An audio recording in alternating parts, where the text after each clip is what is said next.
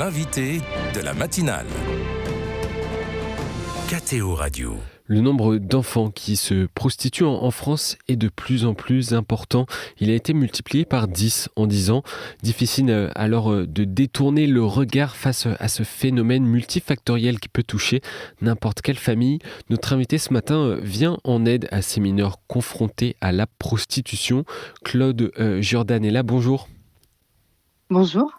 Merci beaucoup d'être avec nous ce matin sur KTO Radio. Vous êtes sexologue, co-directrice du diplôme universitaire santé sexuelle et droits humains à l'université Paris-Cité.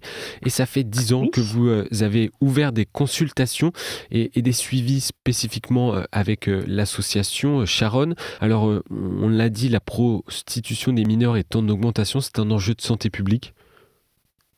Oui, tout à fait. C'est vraiment un enjeu de santé publique, un enjeu de santé sexuelle et de droits humains aussi, puisque on est bien sur de la violence sexuelle. Et quand on parle de mineurs, c'est de la violence sexuelle faite aux enfants. Donc, à un moment donné, on est bien dans des enjeux et de santé publique et de santé sexuelle. On peut penser que ça n'arrive qu'aux autres familles. Est-ce que c'est vrai? Qui sont ces jeunes aujourd'hui? Alors, ça n'arrive pas qu'aux autres et c'est bien là où il faut être très, très vigilant. Pour faire un portrait robot de ces jeunes, aujourd'hui, alors ils sont mineurs, la moyenne d'âge depuis 10 ans, elle a vraiment baissé. Au départ, moi, je voyais une moyenne de jeunes qui avaient plutôt 15 ans et demi, 16 ans. Aujourd'hui, c'est descendu, on est plutôt sur 14 ans et demi en moyenne. Ça veut dire que les premières ou les premiers jeunes qui sont engouffrés dans des stratégies de prostitution ont 11-12 ans.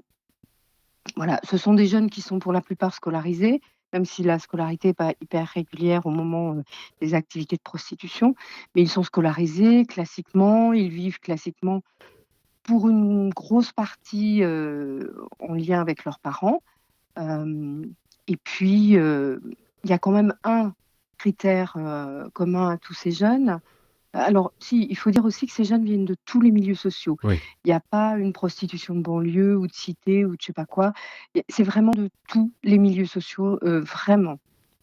Et puis, il y a quand même un critère essentiel qui est commun à tous ces jeunes, c'est qu'ils ont vécu des violences sexuelles dans la vie, avant d'être dans la stratégie de la prostitution. Il y a eu à un moment donné quelque chose qui s'est passé, qui n'a pas été repéré, qui n'a pas été vu ou qui n'a pas été entendu. Et comment ces jeunes arrivent-ils à la prostitution? Arrivent-ils dans ces rouages, dans cet engrenage? Alors justement, c'est le principe même, c'est le phénomène du traumatisme et des stratégies suite à des traumatismes sexuels vécus. Ça, c'est très très bien expliqué par plusieurs psychiatres, dont Muriel Salmona.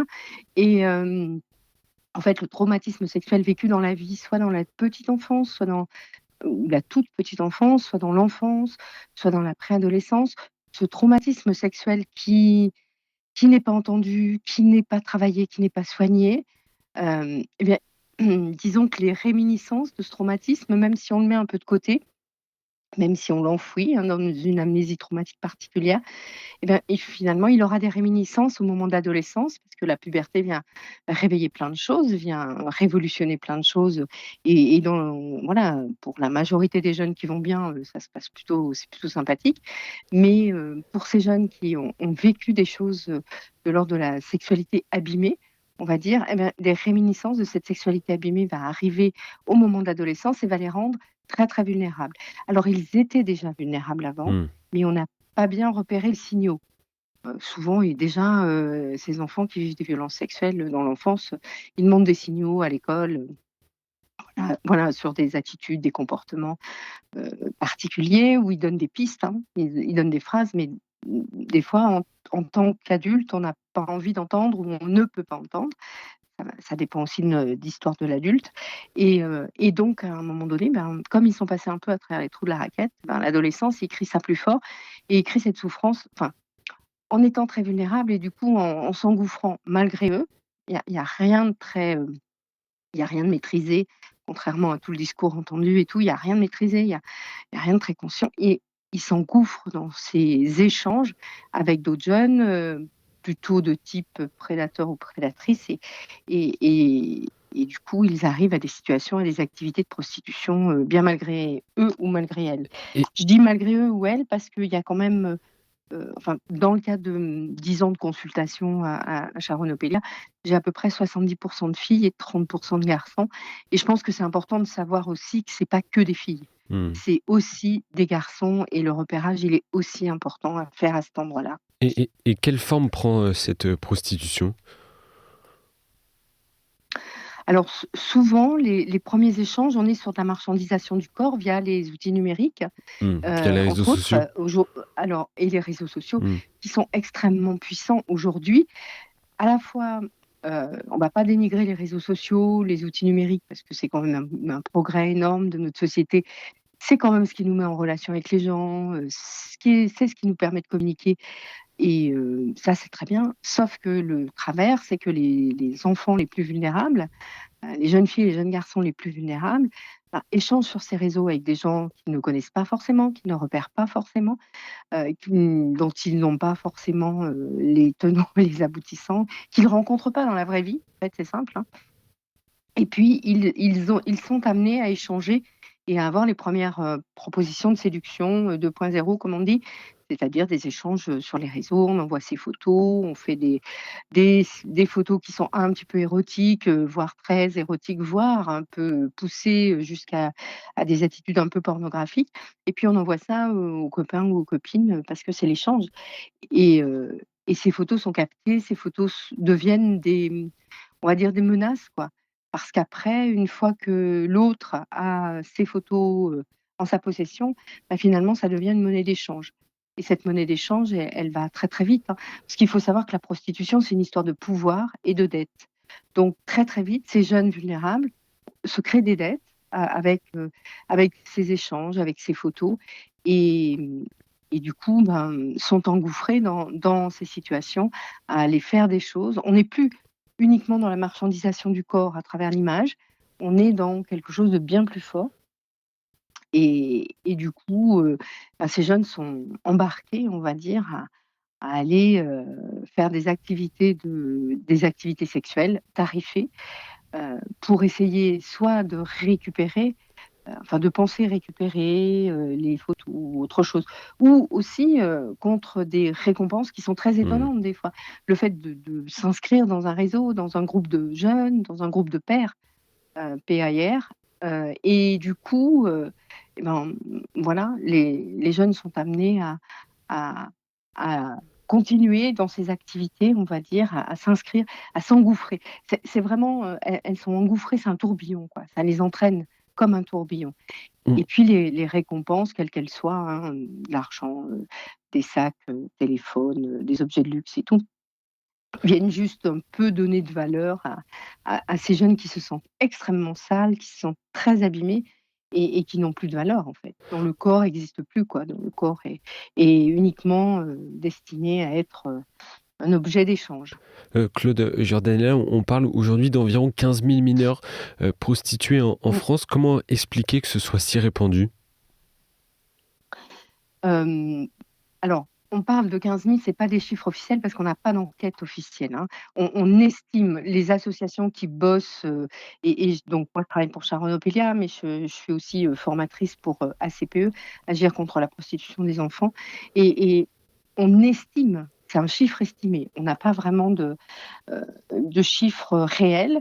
Cependant, ça a augmenté beaucoup, enfin oui, on tend à dire que ça a augmenté beaucoup, parce que je pense qu'on les repère mieux aussi, ces enfants, Mmh. hein, donc peut-être qu'on est plus attentif, on les voit mieux. Il y a eu quand même un plan de lutte contre la prostitution des enfants qui avait été, proposé par, Adrien Taquet, donc à un moment donné, ça a été quand même un thème un peu important. On s'est dit que finalement, un peu dans notre société, il fallait s'occuper de ces enfants qui allaient très, très mal. Donc, Mmh. quand on décide de s'occuper d'un type d'enfants qui vont très, très mal, c'est vrai qu'on a des chiffres qui augmentent, évidemment, parce qu'on les voit plus, on en parle plus, on les voit plus et on les repère mieux, quoi. Et qu'est-ce qui est mis en place justement pour, protéger ces mineurs? Il y en a un certain nombre aussi qui sont issus de l'aide sociale à l'enfance. Qu'est-ce qui est Mmh. mis en place Ouais. aujourd'hui en France pour, les aider? Du coup, la protection de l'enfance, puisque la loi dit que la prostitution des mineurs est interdite sur tout le territoire de la République et que ces enfants sont des victimes qui doivent être pris en charge par la protection de l'enfance, enfin, accompagnés par la protection de l'enfance, euh, soit dans les centres de la protection de l'enfance, même si aujourd'hui c'est compliqué, ou par un accompagnement au domicile quand c'est possible de le faire encore à domicile. Donc ça, c'est important. On forme de mieux en mieux. Moi, je suis formatrice du coup aussi sur cette expertise-là, et on forme de plus en plus, et notamment à l'éducation nationale, où les professionnels sont de mieux en mieux formés pour pouvoir repérer ces jeunes. Mais dans la protection de l'enfance aussi, où les professionnels de la protection de l'enfance se forment de plus en plus pour pouvoir mieux repérer aussi et accompagner ces jeunes. C'est extrêmement compliqué d'accompagner ces jeunes. Ils ou elles sont très volatiles. Il y a vraiment des épisodes, ils sont en très très grande souffrance, donc il y a des épisodes de violence, donc il faut comprendre tout ça. Donc on est là-dedans. Moi, je pense que plus on fera de l'éducation à la sexualité, enfin, l'éducation à la vie affective relationnelle et de l'éducation à la vie affective, relationnelle et sexuelle auprès des jeunes et le plus tôt possible, eh ben, on donnera des espaces de parole à des jeunes qui ont vécu des choses et peut-être qu'ils ne s'engouffreront pas dans ces stratégies suite au trauma sexuel.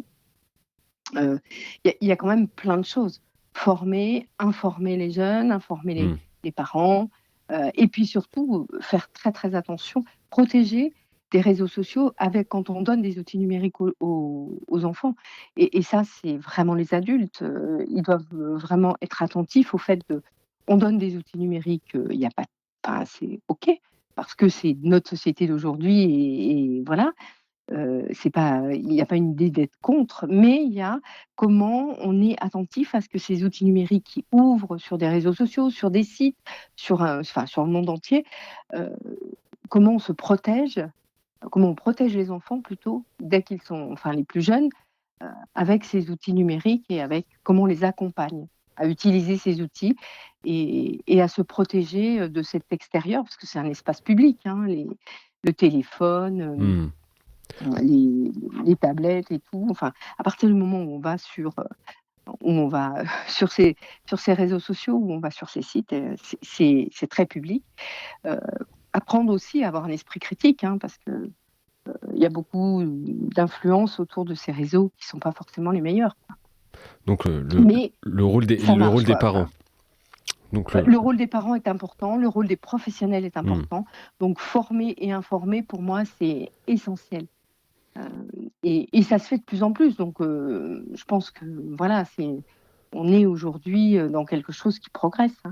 Mais, voilà. Mais on garde à l'esprit que c'est une petite partie des mineurs et que globalement, on va dire 70% des ados vont bien dans notre société. Donc, tant mieux, quoi. Et on répète néanmoins le chiffre 15 000 environ mineurs confrontés à la prostitution aujourd'hui en Soyons France. attentifs. Oui. Voilà, merci beaucoup Claude Giordanella d'avoir été avec nous ce matin sur KTO Radio.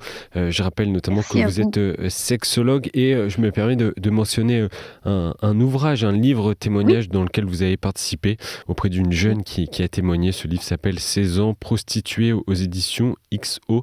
C'était sorti en 2024. Merci beaucoup d'avoir été avec nous encore une fois. Merci à vous.